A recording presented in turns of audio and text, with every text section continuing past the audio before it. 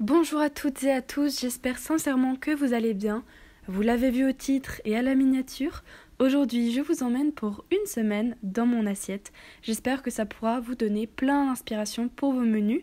Si c'est un type de vidéo qui vous plaît, n'hésitez pas à vous abonner pour plus de vidéos de ce type. Je vous invite d'abord à découvrir ce que je consomme le matin au petit déjeuner.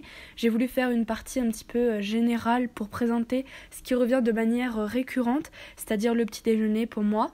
Donc dans le meilleur des cas, un de mes desserts ou un de mes petits déjeuners préférés, c'est le smoothie. Mais la plupart du temps, je vais pas vous mentir, je me rabats sur un café parce que ça va beaucoup plus vite et au moins je suis sûre de l'avoir tous les matins à portée de main. Si c'est pas un café, ce sera un thé ou encore un jus d'orange.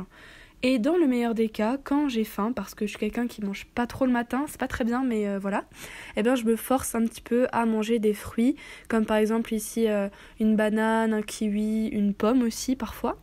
Et sinon, je prends un petit goûter importé, comme ici du sésame caramélisé qui était vegan et très très bon d'ailleurs. Aussi, souvent, ce qui revient, c'est le fait de grignoter, de prendre un goûter. Et dans le meilleur des cas, j'aime bien me faire un gâteau maison. Donc là, j'avais fait pour la vidéo un gâteau au chocolat avec un petit nappage de sucre glace. Et c'était très très bon. Ça m'a duré toute la semaine pour faire mes goûters et parfois même le petit déjeuner aussi. Donc je vous laisse maintenant avec les inspirations et les menus que j'ai voulu assez simples à réaliser et économiques parce que nos deux choses les plus précieuses selon moi c'est notre temps déjà. Et ensuite nos ressources évidemment, donc le pouvoir d'achat est en baisse pour la plupart d'entre nous, donc on va présenter des choses abordables. Donc là par exemple j'ai pris un pan de tofu que j'ai coupé en différents morceaux, que j'ai pané avec une panure classique, et donc je les ai fait revenir au four avec un peu d'épices, et ça m'a donné un repas que j'ai accompagné tout simplement de pâtes et d'une salade. Le soir, j'ai mangé les restes de ce propre repas et j'y ai ajouté aussi une brique de soupe déjà préfaite aux 9 légumes que j'avais trouvé chez Lidl. Donc voilà, une journée de repas très simple, végétarienne et pas très chère. Ensuite, pour le jour numéro 2, on va un petit peu varier les plaisirs et je vais vous montrer ce que j'ai mangé.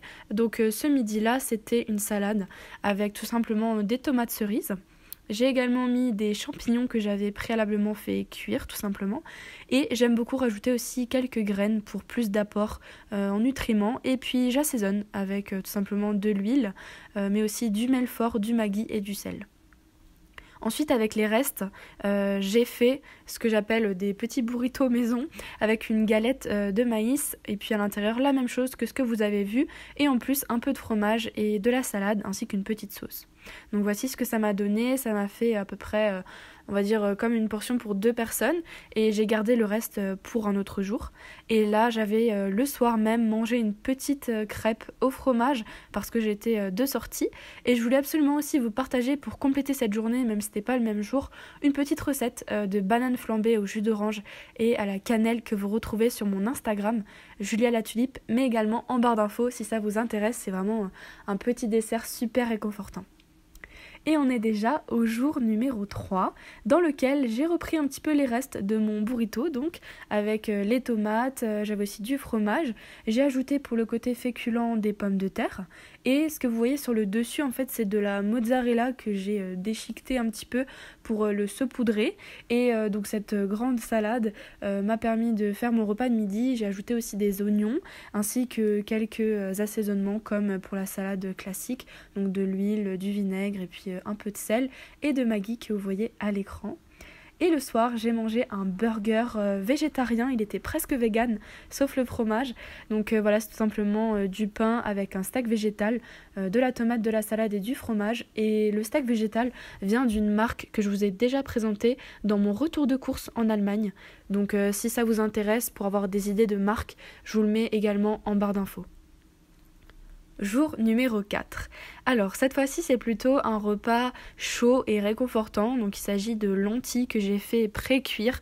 J'ai également fait donc de la purée mousseline tout simplement avec un peu de noix de muscade et j'ai fait revenir dans une poêle des knacks végétales, donc ce sont des saucisses faites à base de soja que j'ai fait donc encore une fois recuire avec quelques carottes et mes lentilles que j'avais donc pré-cuites et j'ai ajouté pour le fun et aussi parce que je voulais pas gaspiller des croissants, un petit croissant croissant coupé en deux avec une tranche de fromage et quelques tomates, un peu d'assaisonnement, et donc ça m'a donné ce repas complètement original mais très très bon.